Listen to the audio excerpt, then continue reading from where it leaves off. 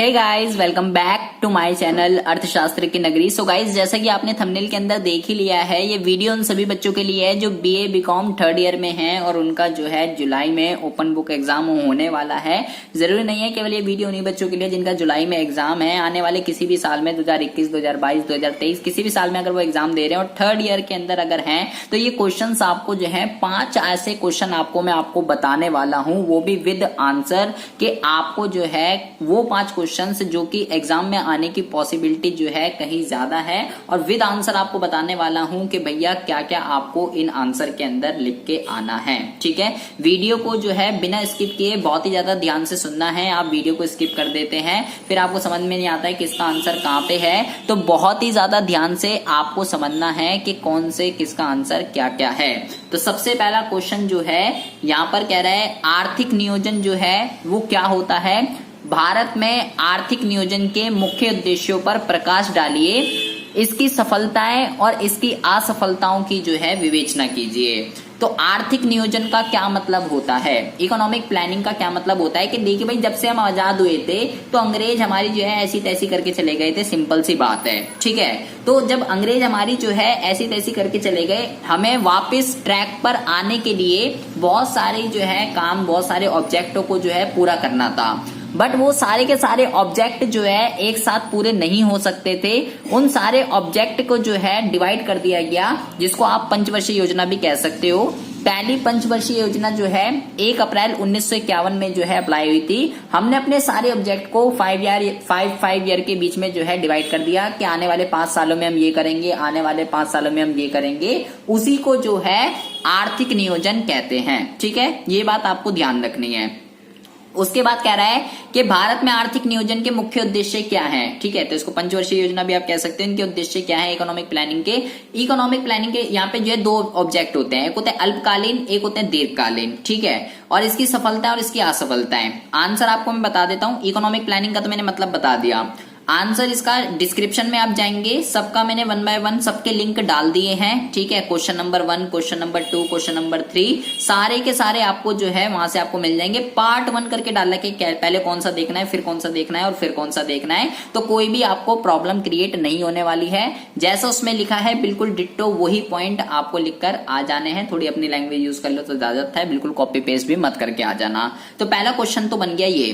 दूसरा क्वेश्चन अगर हम यहाँ पर देखें, भारतीय अर्थव्यवस्था में कृषि का क्या महत्व है, कृषि की क्या इंपॉर्टेंस है, इसकी प्रमुख विशेषताएं क्या है। साथ ही सबसे मोस्ट इंपॉर्टेंट क्वेश्चन, भारत में कृषि की जो है निम्न उत्पादकता के क्या कारण है, इसके सुधारों का सुझाव दीजिए। ये क्वेश्चन एग्जाम में कंपलसरी है, आना ही आना है, आपको इसको गोल कर पी जाना है।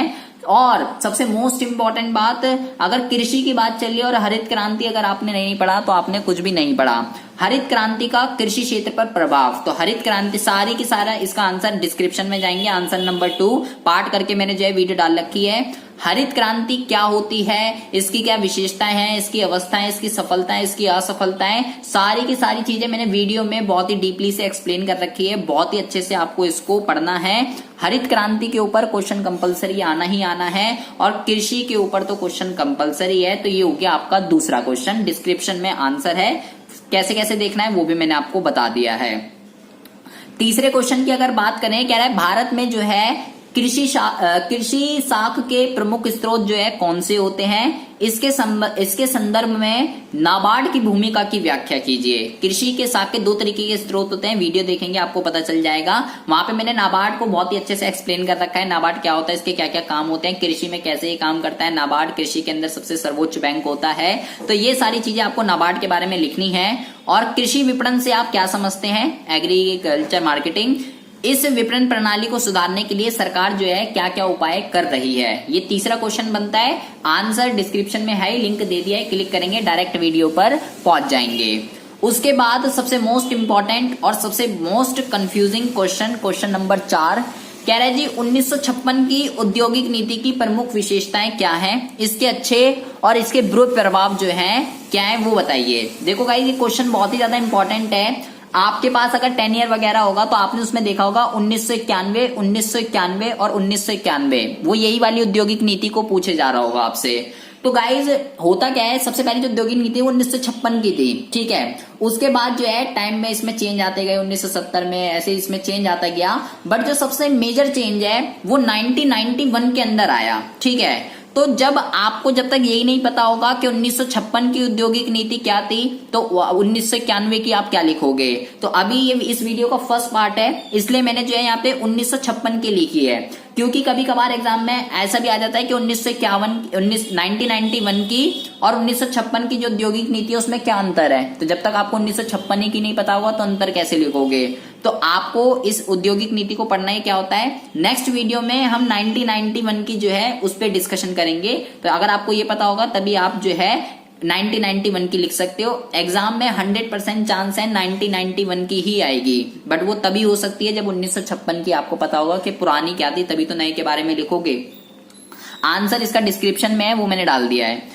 पांचवा और सबसे मोस्ट इंपॉर्टेंट कह रहा है मुद्रास्फीति से आप क्या समझते हैं। भारत में मुद्रास्फीति के क्या कारण है। मुद्रास्फीति का मतलब होता है मूल्य वृद्धि, ठीक है। एग्जाम में आपका मूल्य वृद्धि भी लिखा आ सकता है कि भारत मूल्य वृद्धि से आप क्या समझते हैं, भारत में मूल्य वृद्धि के क्या क्या कारण है, तो ये भी लिखा हो सकता है। और मुद्रास्फीति को कंट्रोल करने के लिए प्राइस का बढ़ना मतलब महंगाई का होना, सिंपल सी बात है, उसको कंट्रोल में करने के लिए राजकोषीय और मौद्रिक नीतियां जो है क्या है उसके योगदान को समझाइए। इसके लिए भी डिस्क्रिप्शन में मैंने लिंक डाल दिया है। ये 5 क्वेश्चन आपको बहुत ही अच्छे से प्रिपेयर करने हैं विद आंसर। सबकी वीडियो मैंने जो है डिस्क्रिप्शन में डाल दिया लिंक। कोई भी देखने में कोई भी दिक्कत कोई भी परेशानी आ रही हो आप मेरे को कमेंट बॉक्स में कमेंट कर सकते हैं। चैनल पर अगर पहली बार आए हो तो प्लीज इस चैनल को सब्सक्राइब करके बेल आइकन को जरूर प्रेस कर लीजिए। नेक्स्ट वीडियो में जो है और मैं आपको जो है 5 क्वेश्चन बताऊंगा। फिलहाल अभी आप पहले इस 5 क्वेश्चन को प्रिपेयर कीजिए बहुत ही ज्यादा अच्छे से, घोल कर आपको जो है ये क्वेश्चन पी जाने हैं। फालतू क्वेश्चन कुछ भी नहीं बताऊंगा, केवल वही बताऊंगा जिसकी पॉसिबिलिटी सबसे ज्यादा है। और ज्यादा से ज्यादा इस वीडियो को अपने फ्रेंड सर्कल में शेयर कीजिए। मिलते हैं आपसे नेक्स्ट वीडियो में ऐसे इंटरेस्टिंग टॉपिक के साथ। तब तक के लिए have a good day, bye bye, take care.